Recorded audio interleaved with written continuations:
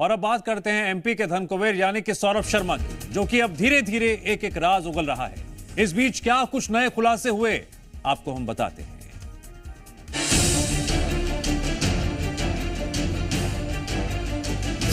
सौरभ की संपत्ति का पूरा ब्यौरा।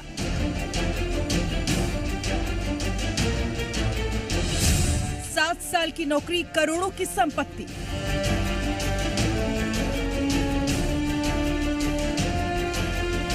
दुबई में मिला आलीशान बंगला।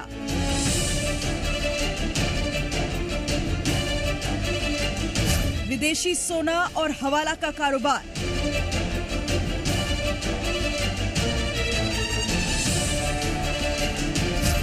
धन कुबेर का काला साम्राज्य।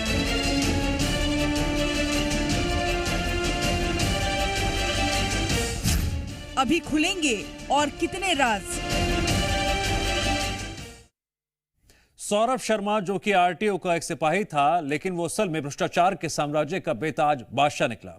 अब वो पुलिस रिमांड में है। भोपाल का धन कुबेर सौरभ शर्मा अब जांच एजेंसियों के शिकंजे में है।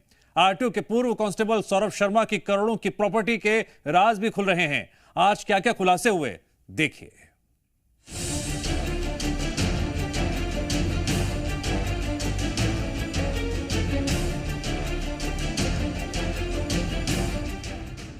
मध्य प्रदेश के एक मामूली पुलिस कांस्टेबल सौरभ शर्मा ने 7 सालों में ऐसा साम्राज्य बनाया जिसे देख सभी के होश उड़ गए। अब भोपाल के धन कुबेर और उनके राजदारों की गिरफ्तारी के बाद से हर दिन नए नए खुलासे हो रहे हैं। सौरभ जब आरटीओ का आरक्षक था तब उसने बहुत पैसा कमाया, जिसके बाद उसने दूसरों के नाम पर अलग अलग कंपनियां बनाई ताकि ब्लैक मनी को व्हाइट में तब्दील कर सके। नौकरी के 7 साल के अंदर उसने 550 करोड़ रुपए की संपत्ति अर्जित कर ली। बताया जा रहा है कि सौरभ का दुबई में 150 करोड़ का आलीशान बंगला भी है। सौरभ पैसे का लेन देन हवाला के जरिए करता था। सौरभ ने दूसरों के नाम पर अलग अलग कंपनियां बनाई। पत्नी दिव्या और चेतन के नाम पर करोड़ों की प्रॉपर्टी खरीदी। सागर में पत्नी के नाम पर मछली पालन का भी ठेका उसने लिया था और पेट्रोल पंप और अन्य जगह भी पैसा लगाया था। परिवहन विभाग में सौरभ शर्मा ने महज 7 साल नौकरी की और इस 7 साल की नौकरी में उसने 550 करोड़ रुपए की संपत्ति अर्जित कर ली। सौरभ शर्मा ने दुबई में भी 150 करोड़ रुपए का आलीशान बंगला खरीदा। रोजाना सौरभ शर्मा हवाले के जरिए करोड़ों रुपए की लेन देन करता था और ब्लैक मनी को व्हाइट में तब्दील करने के लिए अलग अलग बिजनेस में उसने पैसे लगाए। इतना ही नहीं, इस केस में कार्रवाई के दौरान एक ऐसी बात सामने आई जिसने जांच एजेंसी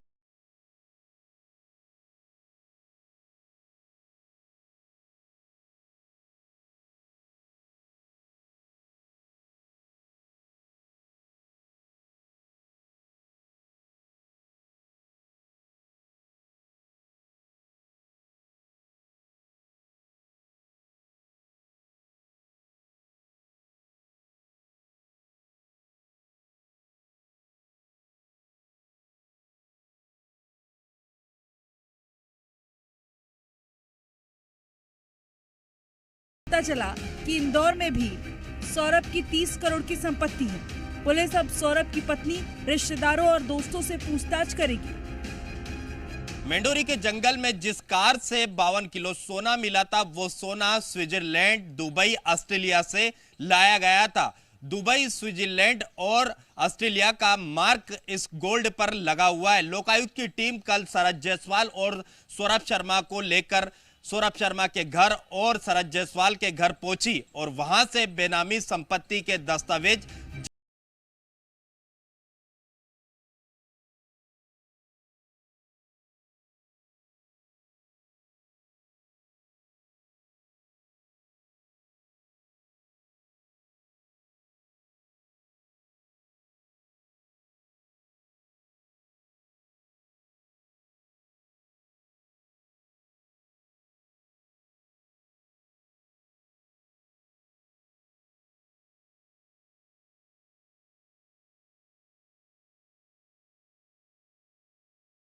जी मीडिया संवाददाता अनिल नागर जुड़ गए हैं, जो इस खबर पर लगातार ग्राउंड रिपोर्टिंग भी कर रहे हैं। अनिल, आज की क्या क्या वो मुख्य हेडलाइंस रहीं जो सौरभ शर्मा केस से जुड़ी हुई हैं, क्योंकि राज तो अब लगातार बाहर आ ही रहे हैं।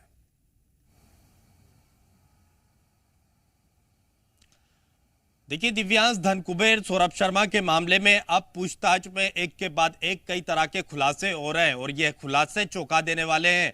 देखेंगे कि परिवहन विभाग में सौरभ शर्मा महज कांस्टेबल के पद पर 7 साल की नौकरी करता है और उसमें वो 550 करोड़ से अधिक की संपत्ति अर्जित कर लेता है और वो देश में ही नहीं विदेश में भी करोड़ों रुपए का बंगला खरीदता है। दुबई में 150 करोड़ रुपए का वो बंगला खरीद लेता है और ये महज सिर्फ वो 7 साल परिवहन विभाग में नौकरी करता है और मामूली सी एक वेतन उसे मिलता है, लेकिन वो काली कमाई करता जाता है और न जाने वो कहां कहां संपत्ति खरीदता रहता है।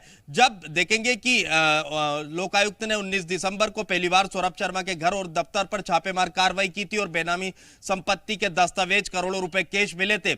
उसके बाद उसी दिन शाम में जो जिस कार में गोल्ड और कैश मिला था, करीब 52 किलो सोना और 10 करोड़ रुपए कैश मिले थे, वो भले ही सौरभ शर्मा अब तक ये स्वीकार नहीं कर रहा हो कि ये गोल्ड उसका था, लेकिन सौरभ शर्मा सूत्र बताते हैं कि सौरभ शर्मा के शौक इतने हाई प्रोफाइल थे और वो जो गोल्ड था वो इंडिया का गोल्ड ना तो पहनना पसंद करता था और ना ही वो इंडिया का गोल्ड रखना पसंद करता था, विदेश का गोल्ड वो पहनना पसंद करता था। और यही कारण है कि जो 52 किलो सोना मिला था जिस कार से, वो स्विट्जरलैंड, ऑस्ट्रेलिया और दुबई से लाया गया था। हालांकि इसकी जांच अभी की जा रही है और इस बात की पुष्टि नहीं हुई है कि यह गोल्ड सौरभ शर्मा का था, लेकिन बहुत साफ है जो तस्वीरें निकलकर सामने आई है कि सौरभ शर्मा का सहयोगी चेतन गौर, और ये चेतन गौर के नाम पर यह कार थी और यह कार जो है उसी कार से 52 किलो सोना मिला था।